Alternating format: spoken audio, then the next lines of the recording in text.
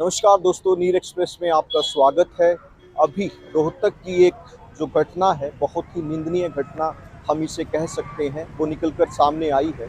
अभी 5 से 6 दिन पहले एसपी की जो यहाँ पर हाउस है, उसके आगे ही पुलिस के अंदर एक कार्यरत जवान है, जो कि बता रहे हैं कि सापला उसकी ड्यूटी है। उसने अपनी वाइफ जो है उसकी बेरहमी से जो है पिटाई की। 5 दिन तक लगातार जो है वो फरार रहा। बता रहे हैं कि कल रात ही पुलिस ने जो है उसको कैप्चर किया है और अभी जो उसकी वाइफ है कोर्ट के अंदर अपने बयान जो है वो दर्ज कराने के लिए गई हुई है। लेकिन जहां तक मैंने ऑब्जर्व किया इस पूरे के पूरे केस को, बड़े ही दर्दनाक तरीके से जो है उसको, जिसका नाम सरिता उसकी जो वाइफ है बता रहे हैं, बड़े ही दर्दनाक तरीके से उसको सरेआम यहाँ पर एसपी हाउस के आगे ही पीटा गया। इससे वो लगातार जो है डंडे से उसकी पिटाई जो है वो कर रहा था। तो उसने, सरिता ने अपना बचाव करने की कोशिश भी की। वो लगातार चिल्ला रही थी, लगातार जो है वो अपना जो हाथ है वो कभी अपना हाथ आगे निकाल रही थी, तो उसके हाथ पर भी चोट आई। उसका हाथ भी पूरी तरीके से डैमेज था और नीचे से जो उसका पूरा शरीर था, उसने जो है डंडों से पिटाई कर करके उसके शरीर को जो है वहाँ पर भी बहुत नुकसान पहुँचाया। उसके सर में भी जो है वो टाके आए हुए हैं। तो मदीना जो एक गाँव है, उसकी ये बेटी है सरिता, और सरिता के समर्थन में यहाँ पर जो है मदीना गांव की ही यहाँ पर जो सभी औरतें हैं वो आई हुई हैं, क्योंकि आज जो है एक औरत के संरक्षण का सवाल है, औरत की इज्जत का सवाल है। अगर कोई भी इंसान, चाहे वो पुलिस कांस्टेबल हो या कोई भी कितना भी बड़ा अधिकारी हो या एक आम आदमी हो, उसे कोई हक नहीं बनता कि वो जो औरत की गरिमा है उसको ठेस पहुंचाए। उसको भी यहाँ पर पूर्ण स्वतंत्रता है अपने तरीके से जीने की। लेकिन अगर आप इस तरीके से, जो सरिता की वर्डिंग थी, उसने कहा कि जो उसका पति था वो उसको पैर की जूती की तरह समझता था। इससे पहले भी 3-4 बार उसके साथ इस तरीके की वारदात की गई। अलग अलग थानों में उसके खिलाफ जो है मुकदमे भी दर्ज हुए, लेकिन वो पुलिस में कार्यरत होने की वजह से पुलिस के साथ उसकी सेटिंग जो थी वो चलती थी और वो साथ के साथ जो है वहाँ पर मुकदमे जो है वो रफा दफा हो जाते थे। लेकिन अभी ये जो केस है मीडिया में हाईलाइट हुआ, उसके बाद जो है अब ये मामला कोर्ट तक पहुंचा है। लेकिन मदीना गांव की यहाँ पर औरतें आई हैं उसके समर्थन में, इस वजह से कि सरिता के साथ जो ये कुछ हुआ, ये बहुत ही एक दर्दनाक कृत्य जो है आप इसे कह सकते हैं। जिस तरीके से आप उसकी पीड़ा को समझेंगे, उसके दर्द को समझेंगे, उसकी संवेदना को समझेंगे, तो ये बहुत ही एक दुखद भरी घटना आप इसको बोल सकते हैं कि सरेआम शहर के अंदर इस तरीके की अगर चीज़ें निकलकर सामने आती हैं तो आप समाज को भी समझ सकते हैं कि समाज जो है आज वो किस दिशा में जा रहा है। क्योंकि जिस समय सरिता को यहाँ पर डंडों से उसकी पिटाई की गई, बहुत सारे लोग जो थे वो तमाशबीन थे, सिर्फ देख रहे थे सरिता को पिटते हुए, लेकिन कोई उसके बीच बचाव में नहीं आया। उसकी हालत जो थी वो बहुत ही बुरी तरीके से उसको जो है टॉर्चर किया गया, लेकिन कोई भी जो था उसका सहयोग नहीं कर रहा था। जब उसको हॉस्पिटलाइज हुई, जब सारी चीज़ें निकल कर सामने आई, मीडिया ने इसको अच्छे तरीके से एक्सपोज किया, तो आज परिस्थिति आप समझ सकते हैं कि पूरा का पूरा जो मदीना गांव जिसकी वो बेटी है, वहाँ ये जो औरतें हैं उनके पक्ष में आई हुई हैं। तो समझने की यहाँ पर ये बात ये है कि जो औरत है वो जो है उसे एक एसेट्स के रूप में, एक ऑब्जेक्ट के रूप में जो है हमारे जो लोग हैं उसको समझते हैं। अगर आप उसके साथ इस तरीके का टॉर्चर करते हैं तो आप जो है उसकी गरिमा को लगातार ठेस जो है वो पहुंचा रहे हैं। औरत जो है अपने आप में एक सृजनात्मक परमात्मा की दी हुई देन है, जिसने इस खूबसूरत सृष्टि में अपना एक अहम योगदान दिया है। लेकिन कुछ जो इलीगल एलिमेंट्स हैं वो लगातार इस तरीके का काम कर रहे हैं कि वो औरत की जो छवि है उसको खराब करते हैं, औरत के अधिकारों को नष्ट करते हैं, औरत की इमेज जो है उसको खराब करते हैं। और जो समाज है उसका जो स्ट्रक्चर है आप समझ सकते हैं कि वो किस तरीके का होता जा रहा है। कोई भी आदमी जो है, अगर वो पढ़ा लिखा आदमी है तो उसके अंदर एक सेंस होती है, उसे पता होता है कि मुझे अपने जीवन साथी के साथ किस तरीके से बर्ताव करना है। लेकिन ये जो सत्यनारायण है वो लगातार जो है अपनी मिसिस के साथ उसे टॉर्चर करता था, उसे इस तरीके की पीड़ा देता था। और जहाँ तक सरिता ने अपने बयान भी दर्ज करवाए हैं मीडिया के आगे, उसने बोला भी है कि वो ये कहता था कि मैं तुझे आसानी से जो है वो मौत नहीं दूंगा, मैं पल पल तुझे तड़पाकर जो है वो मारूंगा। और उसने ये तक भी बोला कि मैं उसका एक हाथ और जो एक पैर है उसको भी जो है डिस्ट्रॉय कर दूंगा, अगर वो इस तरीके की चीज़ें, मैं उसको आसानी से जो है वो मौत भी उसको हासिल नहीं होगी। तो आप समझ सकते हैं कि वो कितने जो है उसका जो एक मेंटल लेवल है वो कितना जो है खराब हो चुका है सत्यनारायण का। इस तरीके के एलिमेंट्स जो है पुलिस के अंदर, पुलिस इंस्टीट्यूशंस के अंदर जो है वो सेवाएं दे रहे हैं।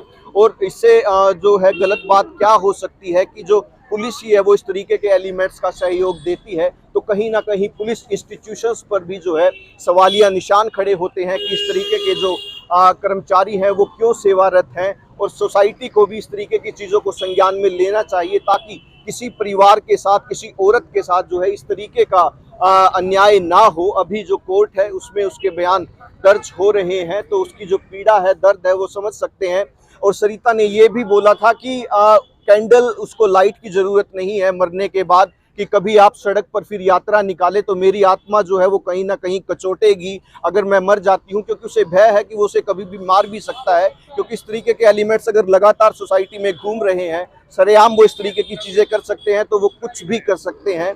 तो इस तरीके के जो एलिमेंट्स है, सबसे पहले तो उनको अंदर ही रखना चाहिए, जेल खाने के अंदर रखा जाए। और दूसरा, उनको जो उसने, सरिता ने बोला कि जिस तरीके से उसने मुझे ठेस पहुंचाई है, जिस तरीके से वो मुझे टॉर्चर कर रहा है, इतना ही दर्द जब उसको मिलेगा तभी मैं समझूंगी कि मुझे जो न्याय है वो मिला है। तो अभी मदीना गांव की औरतें हैं, आई हुई हैं, तो महिलाएं जो हैं वो अच्छे तरीके से समझती हैं भाई एक औरत का जो दर्द है वो क्या होता है, क्योंकि इनसे ही हमारा समाज बनता है। और यहाँ पर हम जानने की कोशिश भी करेंगे अनेक महिलाओं से, मदीना गाँव की महिलाओं से। तो क्या कहेंगे मैम, जो सरिता जी के साथ हुआ वो कितना दर्दनाक कृत्य था? उसके शरीर पे इतने लठी मारी उसने। वो अपने पापा के पास जा रही थी, उसका ऑपरेशन हुआ है, उसके पास मिलने के लिए जा रही थी। तो ऑटो में से जब भी वो उतरी तो उसने आगे गाड़ी अड़ा दी, उसमें उसने लाठी रखी थी और उसको बेरहमी से रोड के ऊपर ही पसार दिया। उसने पता नहीं उसको 100 लाठी मारी या 200 मारी, किसी ने भी नहीं छुटाया, किसी ने भी। तो जैसे बता भी रहे हैं कि इससे पहले भी वो सरिता को बहुत ज्यादा टॉर्चर करता था, पिटाई करता था। हाँ, मारता था। इसीलिए अब उसने 7 साल हो गए थे अपने मायके बैठे। 7 साल से सरिता अपने मायके में थी? मायके में थी। अब अपने पापा के पास जाई हुई थी। तो उसको मिलने के लिए जा रही थी, तो रास्ते में घोट तो उसके पापा यहाँ रोहतक हॉस्पिटलाइज थे, उनसे मिलने के लिए आई थी वो उस दौरान उसके। और जब उसने ये कृत्य किया है सत्यनारायण, ऑटो से उतरी तो उतरते ही उसको रास्ते में गोट लिया और लाठी से उसकी पिटाई की। तो वो अभी जो सरिता जैसे आप लोगों से मिली तो उसने क्या बोला आपको कि वो कितने दर्द में थी, क्या परेशानी थी उसकी? तुरंत पुलिस आ गई थी जी। वो पीजीआई में एडमिट करवा दी। उसके भाई आ गए थे जो पीजीआई में थे उसके पापा के पास, उसको तुरंत ले गए, वहाँ पे एडमिट करवा दिया। और उसकी बुरी हालत थी, उसको सांस नहीं आ रहा, इतनी मार ये रखी थी उसके शरीर। जब उसका कोर्ट में केस चला हुआ था तो बीच में उसको कुछ छेड़खानी करने की जरूरत ही नहीं थी, फिर भी उसकी पिटाई करी, क्यों करी? डाइवोर्स का उनका केस भी चला हुआ हाँ, केस चला हुआ है जी। उसके बावजूद जब वो उसको तलाक नहीं दे रहा, गुड़िया चाह रही है कि मैं इससे पीछा छुटा हूँ, लेकिन फिर उसके मार पिटाई क्यों कर रहे हैं? तो कुछ तो होना चाहिए समाधान, कुछ भी नहीं हो रहा। ये बार बार मारता रहेगा, क्या पता उसको कहीं मार के डाल देगा उसको, हमको पता भी नहीं चलेगा। ये बताओ, अब उसकी प्रेंटिस लगी हुई है। और क्या करती है सरिता अभी यहाँ? पढ़ी लिखी है, इसकी प्रेंटिस लग रही है यहाँ पे रोहतक में। आओ, क्या कर रहे हैं वो रोहतक में? किस चीज की अप्रेंटिस करते हैं? उसने ITI। अच्छा, ITI का हाँ। तो अभी उसकी जान को भी खतरा है? खतरा है। तो पुलिस ने पकड़ लिया है उसको, बता रहे हैं? हाँ, सत्यनारायण को? हाँ, कल पकड़ा है? कल 4-5 दिन के बाद? 4-5 दिन के बाद। ठीक है। सरिता के साथ इतना बुरा बर्ताव किया गया, सरेआम उसको यहाँ पीटा गया, और सरिता के अंदर एक दर्द था, एक टीस थी। वो ये कह रही थी कि भाई मरने के बाद कैंडल लाइट लेके आना मेरे लिए। तो क्या कहोगे कि इस तरीके के जो तत्व हैं, जो मतलब औरतों को पैरों की जूती समझते हैं, तो उनके लिए मदीना गांव की औरतें क्या संदेश देना चाहती हैं ऐसे शरारती तत्वों के लिए, जो इस तरीके के एलिमेंट्स? हम तो सब बस यही बोलना चाहते हैं कि भाई उसको और उसके बच्चों को न्याय मिलना चाहिए।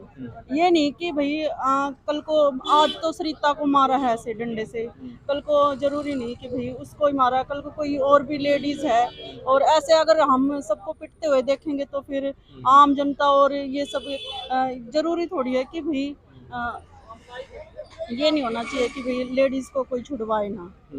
ये होना चाहिए भी उसको मार रहे हैं तो आम जनता खड़ी होकर देख रही है, वीडियो बना रही है, उसको छुड़वा नहीं रही। तो हम सब यही कहना चाहते हैं भाई कि लेडीज को अगर कोई टॉर्चर कर रहा है तो ये नहीं कि देख के उसको वीडियो बनाए, नहीं, हमें शिकायत दर्ज करनी चाहिए, उसके खिलाफ एक्शन लेना चाहिए और जिस लेडीज के खिलाफ मतलब टॉर्चर हो रहा है उसका साथ देना चाहिए। अब जैसे वो आई थी उसको इतने डंडे से मारा हुआ था कि वो बोल भी नहीं पा रही थी और उसको होश भी नहीं था। उसने अपने भाई को फोन करना चाहा तो उसने डंडा मार के उसका फोन भी छीन लिया और वो बेहोश हो गई। तो बस यही है कि ये ना हो कल को वो मरने के बाद फिर कैंडल मार्च निकालोगे तो क्या फायदा। उसके बच्चों को बाप का प्यार नहीं मिल रहा तो कम से कम उसके बच्चों को ये तो होना चाहिए कि हाँ भाई हमारा बाप है, उनका खर्चा पानी जो कुछ है वो सब दे। वो तो कुछ भी देने को तैयार नहीं है, वो कुछ करके अपना जैसे अप्रेंटिस कर रही है वो एमडीयू में अपने बच्चों का पेट पालने के लिए तो कर रही है। अब वो उसके बाप को तो ये भी नहीं कि अपने बच्चों को रख ले, उनका पालन पोषण करे, उनका खर्चा उठाए, नहीं, वो कह रहा मैं बच्चों को भी नहीं रखूंगा और तुझे भी नहीं रखूंगा।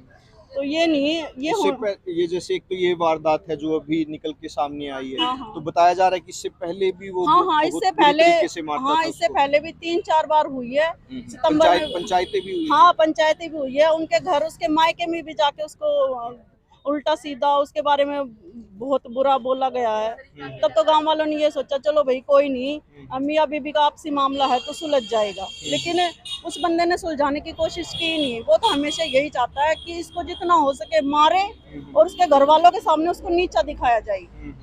उसका ये था कि उसके घर वालों के सामने उसको नीचा दिखा के उसके घर वाले भी उसको बाहर निकाल दे ताकि वो ऐसे ही दर दर की ठोकरें खाते फिरे। लेकिन घर वालों को तो पता भाई हमारी बेटी कैसी है। उसका यही है, वो बस ये उसको ये बोलता रहा है कि तुझे मैं मारूंगा, जान से मारूंगा। वजह क्या है, किस वजह से करता है वो इस तरीके की हरकतें? वजह उसकी ये है कि वो एक किस्म से ना साइको है।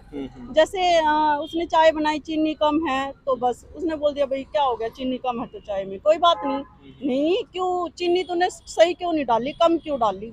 तो बस इसी बात पे मारने लग गया, हाथ बांध के पैर बांध के। और मारता भी ये नहीं कि भाई 2-4 मार दिए तो चलो भाई, नहीं, वो मारता भी इतना था जब तक वो बेहोश ना हो जाए। उसने बहुत पहले से ही मारना शुरू कर दिया। अब बच्चों के सामने मम्मी को मारेगा तो बच्चे तो डरेंगे ही, इसलिए बच्चे भी थोड़े से भाई बच्चे बहुत नाजुक दिल के हैं, बच्चे भी कुछ नहीं कर रहे। लेकिन बच्चे भी यही चाहते हैं भाई हमारी मम्मी को अब सरेआम डंडों से मारा गया तो हमारी मम्मी को न्याय मिले और उसके खिलाफ सख्त कार्रवाई करी जाए। शादी को कितने साल हो गए? हाँ, उसकी शादी को 21 साल हो गए, 2003 में उसकी शादी हुई थी। ठीक है, तो आप समझ सकते हैं दोस्तों कि जो ये मामला है वो कितना गंभीर है। वैसे हमारी सोसाइटी के अंदर एक मान्यता है कि जो बेटी है वो अपने ससुराल से उसकी अर्थी ही जाती है, क्योंकि मान्यताओं के अनुसार यही है कि भाई चाहे उसको पति वो किस तरीके का भी मिल जाए। लेकिन आप समझ सकते हैं कि यहाँ पर सिचुएशन क्या है।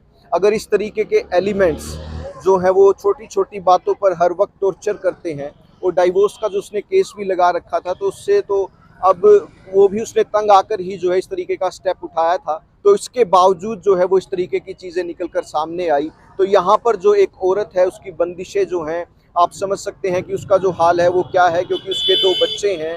अब वो भी परेशान हैं कि भाई वो जाएँ तो जाएँ कहाँ। अब उन्हें एक नर्सरिंग इन्वायरमेंट जो है वो भी देना है तो वो उसको नहीं मिल रहा, क्योंकि उसके जो पेरेंट्स हैं वो दोनों ही परेशान हैं। तो पूरा का पूरा जो सिस्टम है, जो गृहस्थी है उसका जो सिस्टम है, स्ट्रक्चर है, वो पूरा का पूरा यहाँ पर पैनिक है और ये लोग जो हैं बहुत ज़्यादा परेशान हैं।